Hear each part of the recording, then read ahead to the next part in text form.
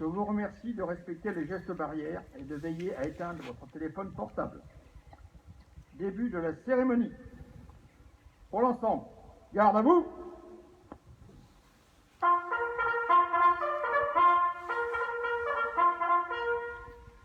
Attention pour les couleurs. Envoyez.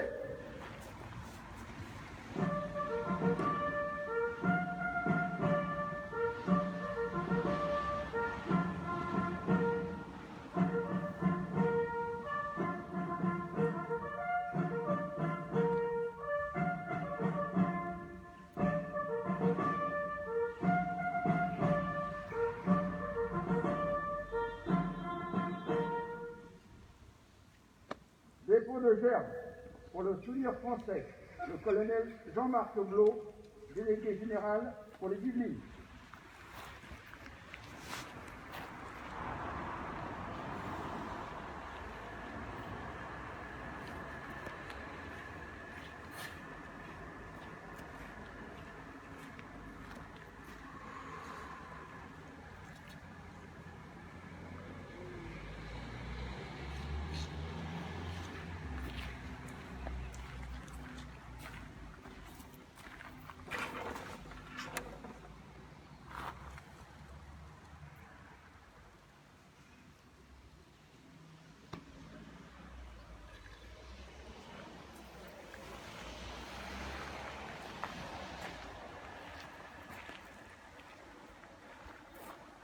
Pour l'éducation nationale, M. Jean-Baptiste Kulik, inspecteur de l'éducation nationale.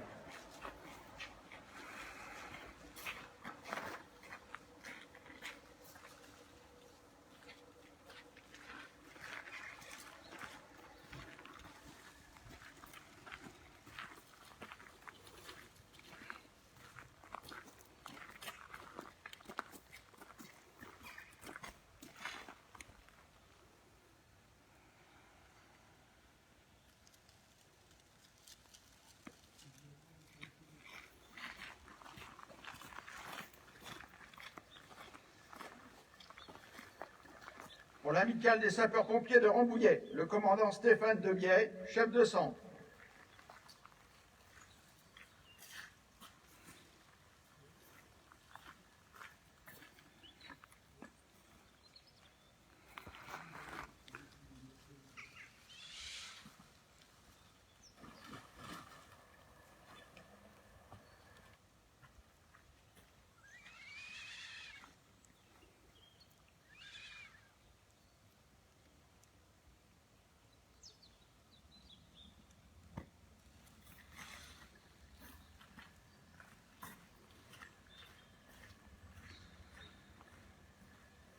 Pour l'Union des associations patriotiques de Rambouillet, M. Georges Féculis, son président.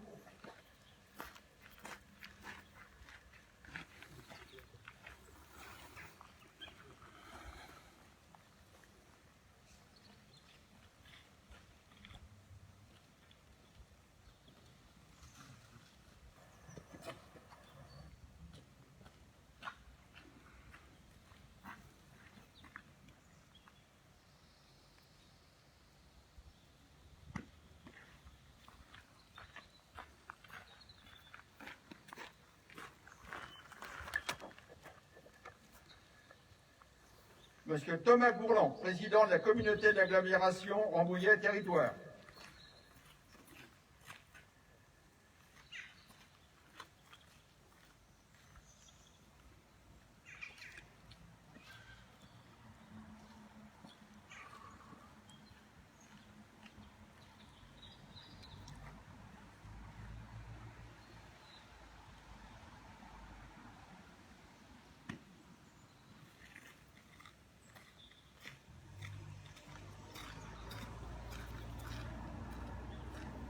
Madame Véronique Matillon, maire de Rambouillet.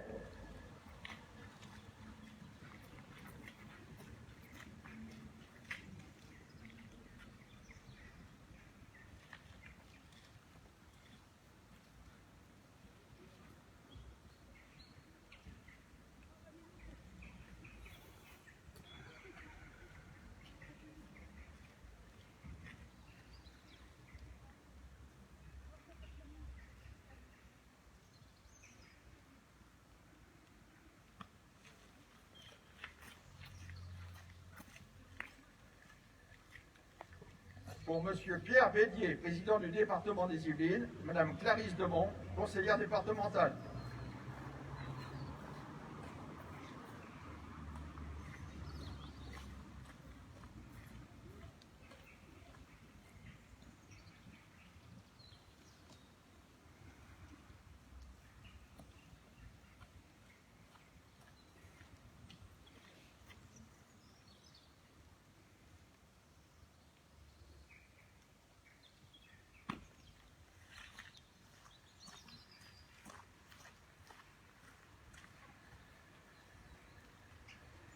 Pour Madame Valérie Pécresse, président du conseil régional, Monsieur Gaël Barbotin, conseiller régional.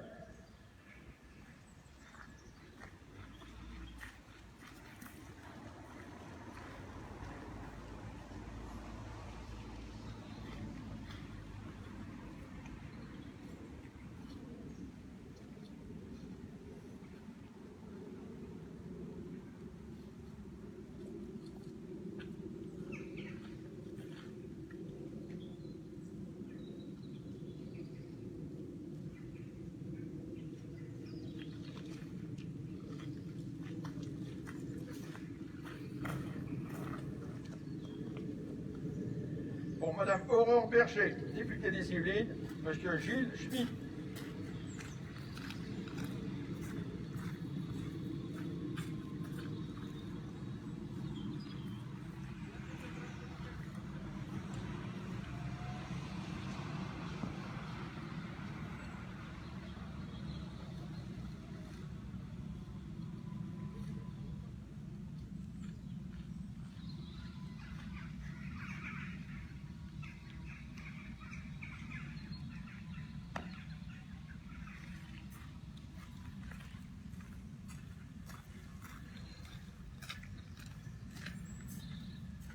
Pour Monsieur Gérard Larcher, président du Sénat, Monsieur Augustin Rey.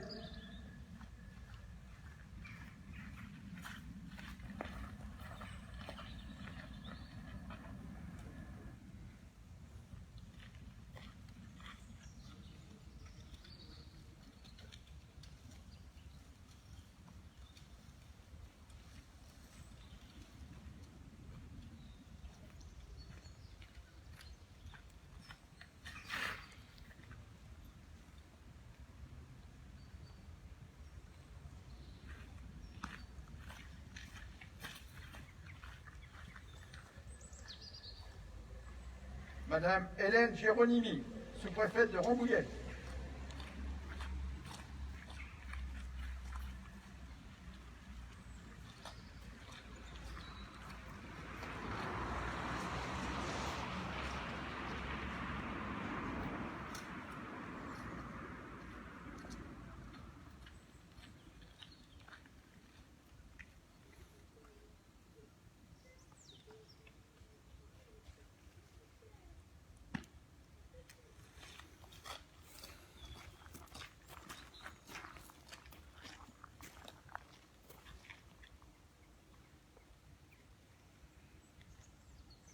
Au mort.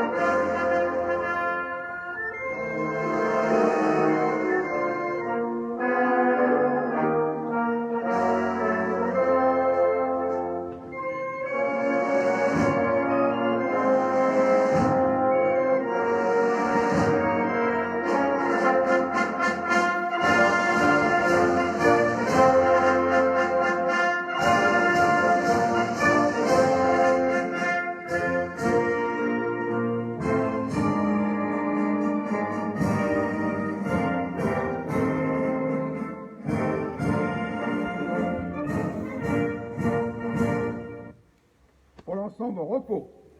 Lecture du message ministériel par Madame Hélène Géronimi, sous-préfète de Rambouillet.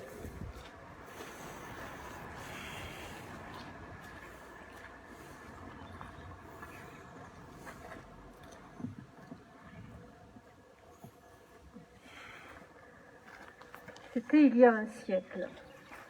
Ce 10 novembre 1920, la Grande Guerre est achevée depuis 2 ans. Dans la citadelle de Verdun, Auguste Tin, soldat de 2e classe et pupille de la Nation, dépose un bouquet d'œillets blancs et rouges sur le cercueil d'un soldat. Un parmi tous les combattants des Flandres, de l'Artois, de la Somme, du Chemin des Dames, de Lorraine, de la Meuse. Un de ces braves, un des poilus qui participa à une interminable guerre. Un de ces Français qui œuvra à la tâche incommensurable de la victoire. Un parmi des milliers qui est devenu le soldat inconnu. Le 11 novembre 1920, le peuple de France l'accompagne solennellement sous les voûtes de l'Arc de Triomphe. La patrie, reconnaissante et unanime, s'incline respectueusement devant son cercueil, en saluant la mémoire de tous les soldats morts sous le drapeau tricolore. Quelques mois plus tard, il sera inhumé. Depuis 1923, la flamme du souvenir veille, nuit et jour, sur la tombe. Chaque soir, elle est ravivée pour que jamais ne s'éteigne la mémoire. La sépulture du soldat inconnu est devenue le lieu du recueillement national et le tombeau symbolique de tous ceux qui donnent leur vie pour la France. Cet anonyme représente chacun de nos morts et tous nos morts en même temps. Cette mémoire vit également dans chacune de nos communes, dans chaque ville et village de France, dans chacun de nos monuments aux morts, dans chacun des cimetières, dans nos mémoires familiales. Elle vit dans l'œuvre de Maurice Genevoix qui entre aujourd'hui au Panthéon. Le président de la République l'a souhaité en l'honneur du peuple de 14-18. Maurice Genevoix n'entre pas seul dans le temple de la nation. Il y entre en soldat des éparges, en écrivain et en porte-étendard de ceux de 14. Il y entre avec ses millions de frères d'armes, ceux dont il a immortalisé le souvenir, l'héroïsme et les souffrances.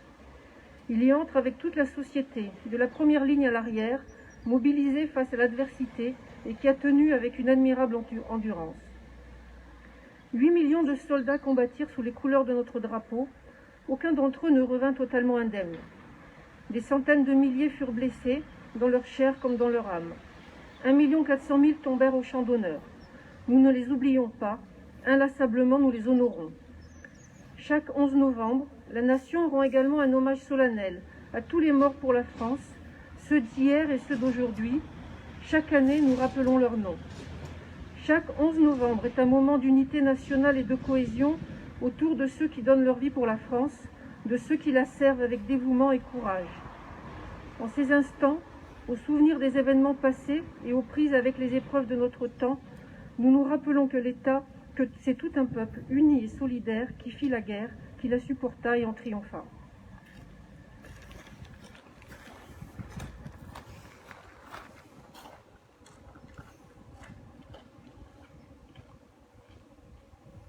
Allocution de Madame Véronique Matillon, maire de Rambouillet.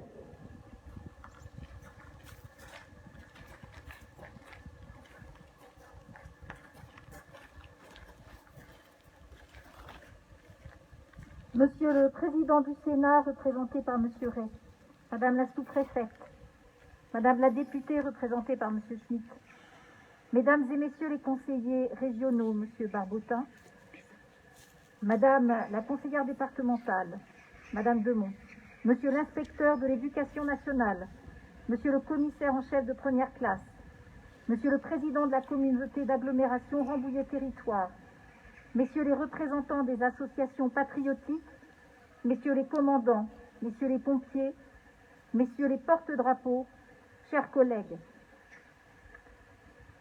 11 novembre 1918, 5h15. L'armistice de la Grande Guerre est signé dans la forêt de Compiègne, laissant derrière lui 10 millions de morts civils et militaires et plus de 21 millions de blessés.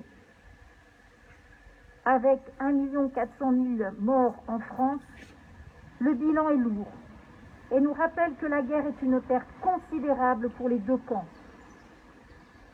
Venant rompre avec la belle époque et redéfinir le système international, elle nous apprend que le monde change constamment et que la paix est précieuse.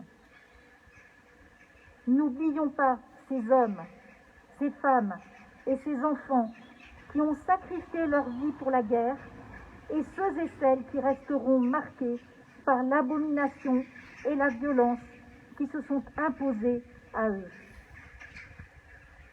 Si nous commémorons aujourd'hui la fin de la Première Guerre mondiale, c'est pour que les plus jeunes générations ne soient pas ignorantes de leur passé. Il est important de faire ce travail de mémoire pour des générations qui n'ont pas connu la guerre, pour leur rappeler que l'environnement de paix dans lequel ils évoluent est un privilège qu'il faut faire perdurer. Certains ont eu le devoir de défendre leur patrie, d'autres d'être reconnaissants et d'empêcher cette situation. La reconnaissance et la mémoire du cœur, Hans Christian Andersen.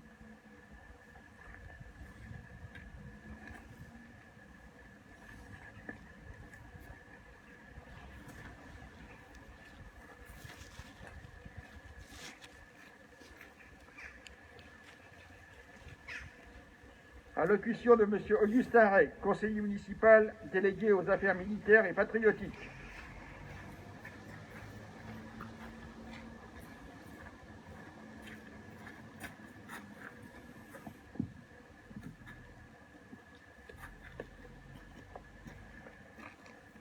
Hommage à messieurs Danaker, Heisenberg et Souplet.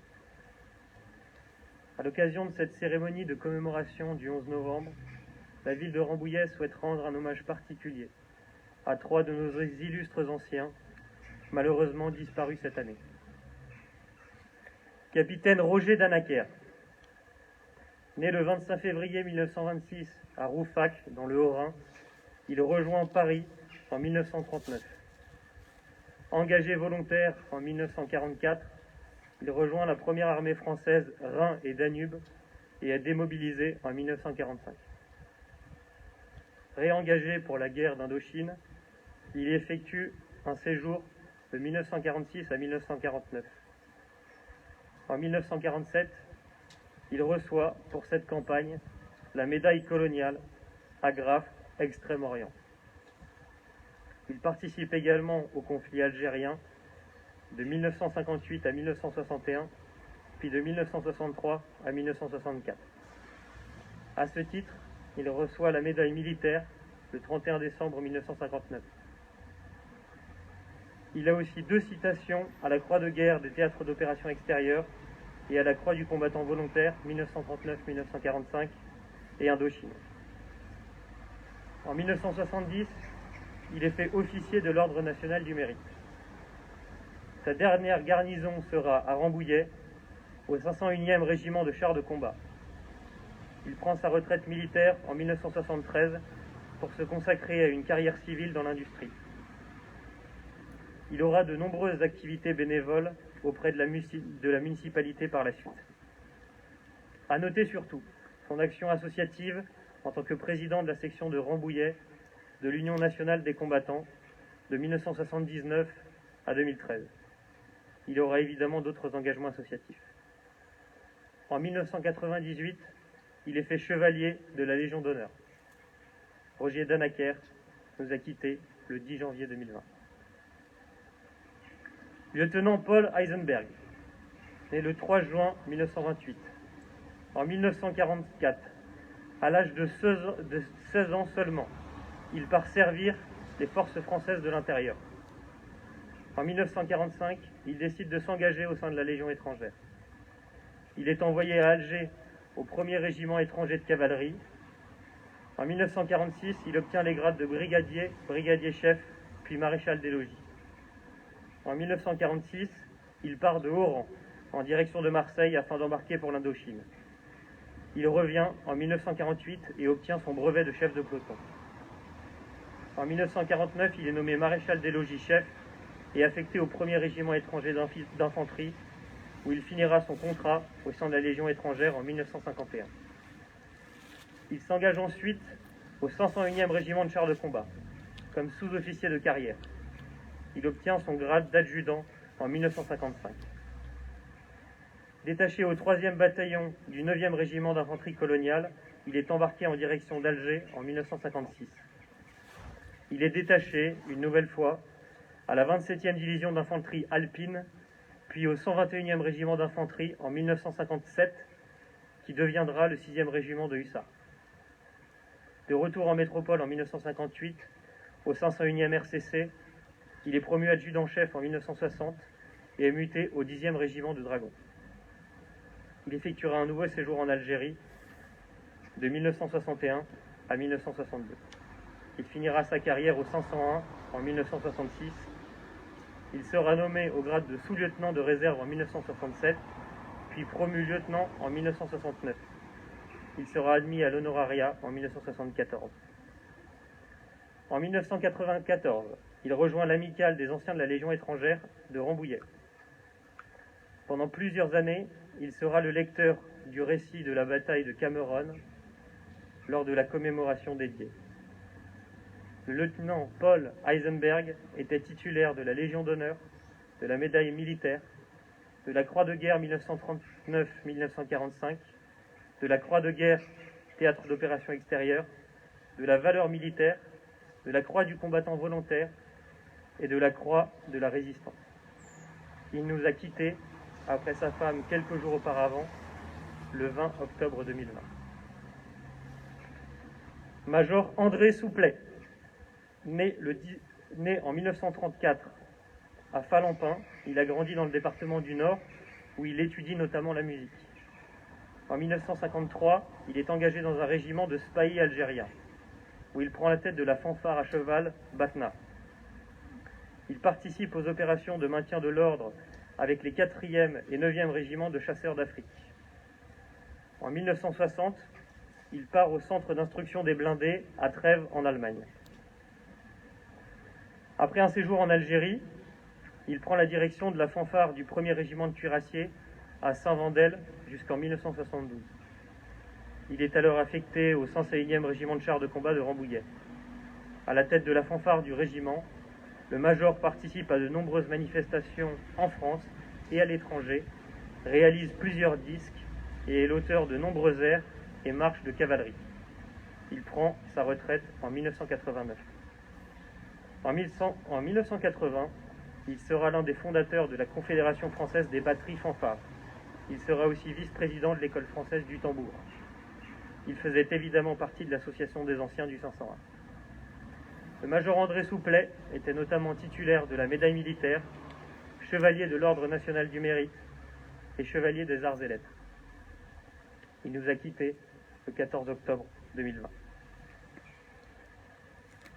Au-delà de leur parcours personnel et de leurs états de service, ces hommes ont, à leur manière, été de véritables héros discrets de leur époque.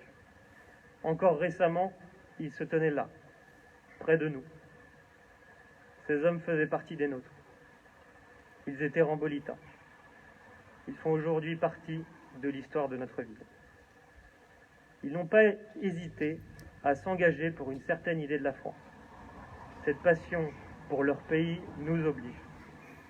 Nous devons faire perdurer cet engagement à notre niveau, en racontant leurs histoires et en transmettant aux jeunes générations.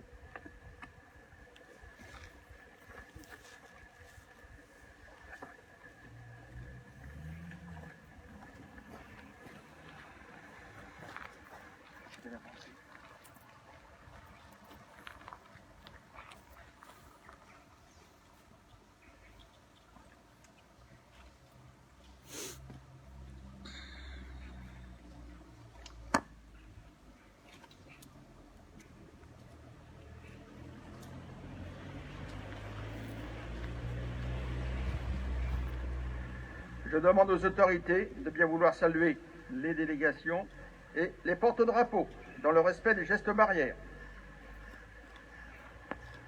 Pour le plaisir du militaire, il est là-bas, à 2 pas de la forêt. Une maison au bientôt couverte de guerre, Porto, c'est le nom du cabaret. La servante est jeune et gentille, et j'aime comme un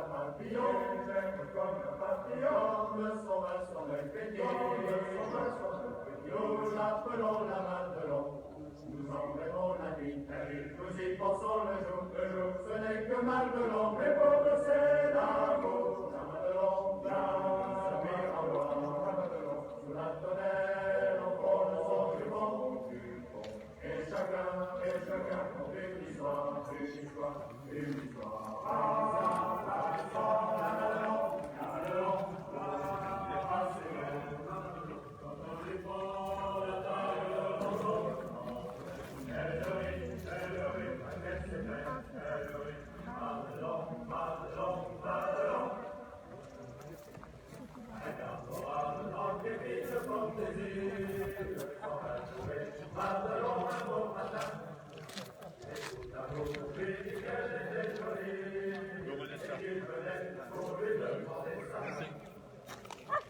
La Madelon,